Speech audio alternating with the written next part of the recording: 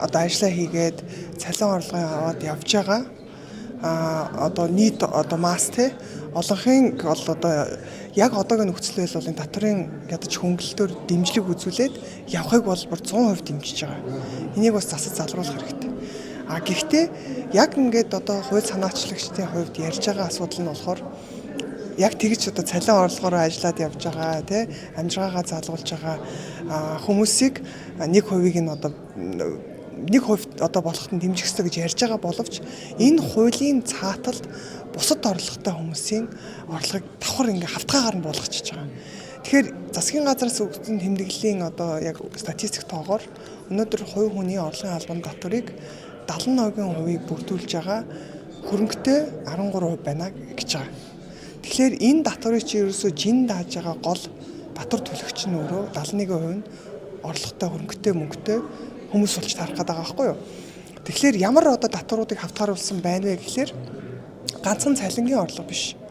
Энэ дээр нэмээд үйл ажиллагааны орлого нөгөө хөрөнгийн орлого буюу одоо хөрөнгөө түрээслээд үйл хөдлөх хөрөнгөтэй бол тэрийгэ түрээслээд шилжүүлээд наан нь одоо ингэж хөдөлгөж мөнгө олдог. Өнөөдөр статистикаар харах юм бол бараг 5500 орчим иргэд 5-аас дээш байртай.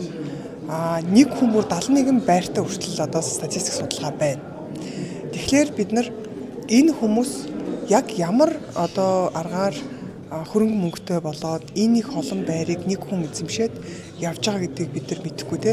Тэгэд энэ хүмүүс өөрөө татвараас зайлсхийж одоо 10% татварыг 1% болгож одоо төлөгч байгаа нөгөө цалингаараа одоо жинхэнэ одоо жирийн ард иргэдийн одоо энэ боломжийг хулгайлсан ийм нөхцөл байдлыг би бол татварын хулгай хийх гэж байгаа л гэж харж байгаа.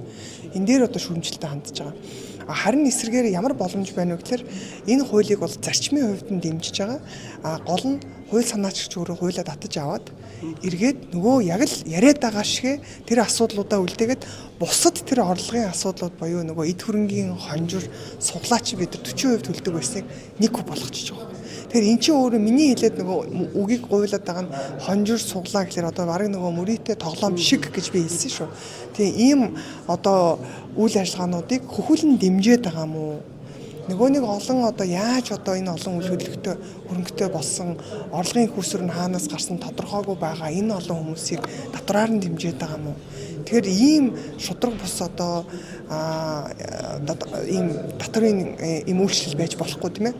Тэгээд нэгэн өнөөдөр бид нар эдийн засаг хүнд ийм нөхцөл байгаа бол яг зорилтод бүлэгдээл бид нар татварын хөнгөлтийг өгье. Тэгэхээр энийг хууль санаа шиг татаж аваад засаж сайжруулад дахиад оруулаад ирэх бүрэн боломж нь нээлттэй байгаа. Хэрэг тэгээд оруулах юм бол миний хувьд бол дэмжинэ л гэсэн.